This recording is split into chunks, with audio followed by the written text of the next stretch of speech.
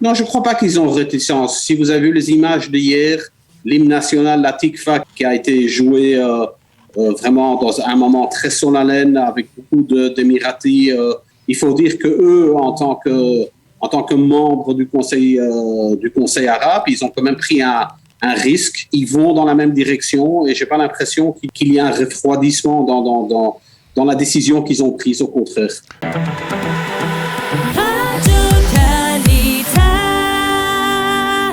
Nous avons le plaisir d'être en ligne avec Dubaï, avec Alex Peterfreund, qui est le coprésident du Conseil des communautés juives des Émirats et le fondateur de ce conseil. Merci d'être avec nous, Alex, ce matin. Bonjour, Boker Tov.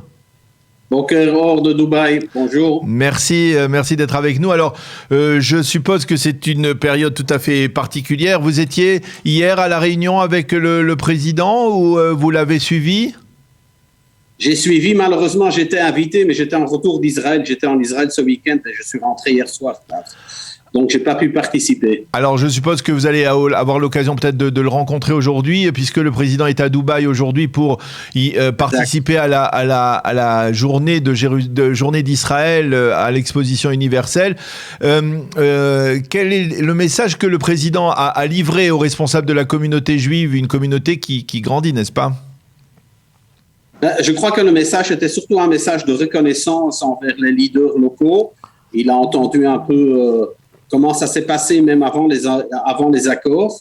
Et on était déjà actifs avant les accords, on était déjà reconnus par les autorités, on a toujours été bien soutenus, on a toujours reçu de la reconnaissance, de l'aide. Et donc, il a surtout parlé de ça, il a surtout parlé de son admiration pour les leaders locaux. Et concrètement, c'est-à-dire, d'abord, je voudrais qu'on mesure un peu le développement de la communauté parce que c'est tout à fait impressionnant. Cette communauté, vous la connaissiez, vous, bien entendu, avant les accords d'Abraham. Vous y étiez depuis de nombreuses années. Aujourd'hui, comment on pourrait comparer ? Quel a été le degré, l'intensité de son développement au cours des 18 derniers mois ? Disons, naturellement, il y a la pandémie qui est là, donc ça fait que les gens ne voyagent pas encore à 100%. Mais on a eu un afflux de beaucoup de touristes israéliens, européens, américains.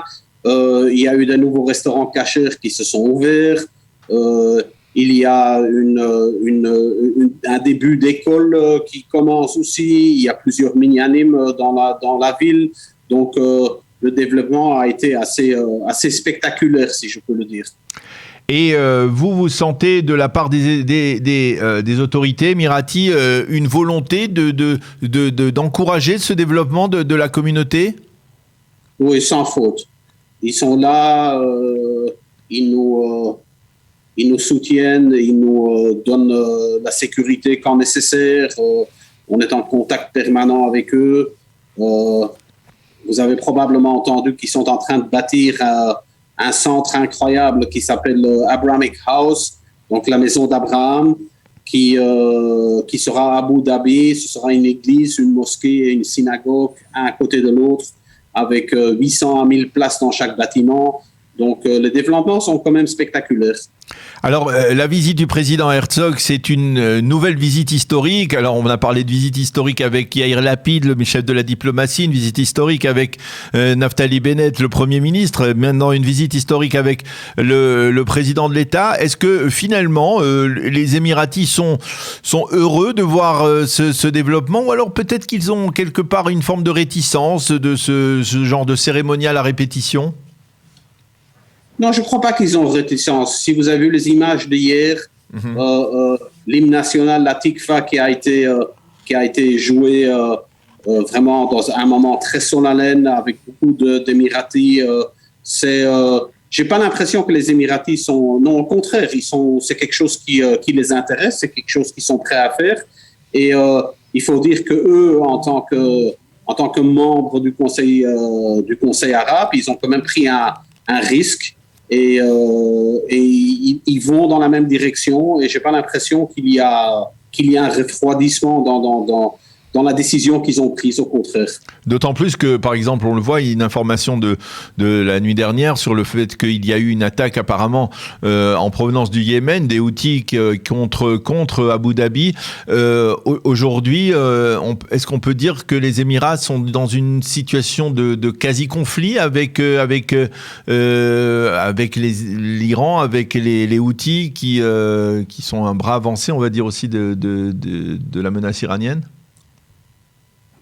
Écoutez, moi je suis membre d'une communauté juive, donc je ne suis pas politicien. Oui. Ce n'est pas à moi de donner des commentaires sur une situation politique, mais c'est vrai que c'est encore quelque chose qui nous rapproche, les Israéliens et les Émiratis, c'est de finalement être dans le même combat, le combat contre l'extrémisme, et c'est quelque chose qu'on a en commun. Alors, vous, au niveau de la communauté, quels sont les projets qui se développent actuellement, aussi avec Israël, pour consolider cette communauté juive? Écoutez, c'est toujours une très petite communauté. C'est une communauté qui est très... Combien de membres aujourd'hui? Je ne sais pas, il y a des chiffres qui se promènent, mais moi, je crois qu'il y a moins que 1000 membres. Et donc, il est clair que la communauté va connaître une croissance et on se prépare pour ça et surtout pour l'afflux du tourisme. Parce qu'être une petite communauté de moins de 1000 personnes et de recevoir des centaines de milliers de touristes juifs et d'être sûr qu'il y a la nourriture cachère et qu'il y ait toutes les infrastructures, c'est quelque chose qui demande quand même pas mal de travail. Et donc, ça vous mobilise? Par exemple, vous, personnellement, vous êtes beaucoup plus actif dans la communauté que vous ne l'étiez avant les accords d'Abraham? Disons que j'étais toujours très actif. J'étais actif avant, mais c'est quand même un peu différent. Avant, c'était plutôt discrètement. Et aujourd'hui, comme je suis maintenant, je suis en train de vous donner un interview et je suis quand même très sollicité, ce que je n'étais pas avant. Donc, on est dans le centre de l'intérêt mondialement. Eh bien, Alex Peter Freund, merci beaucoup d'avoir accepté de répondre ce matin à nos questions à l'occasion donc de cette visite du président de l'État Yitzhak Herzog, qui sera donc aujourd'hui à Dubaï pour participer à l'exposition universelle. Merci d'avoir été avec nous. Bonne journée, bonne continuation. Merci, au revoir et shalom. Shalom, shalom.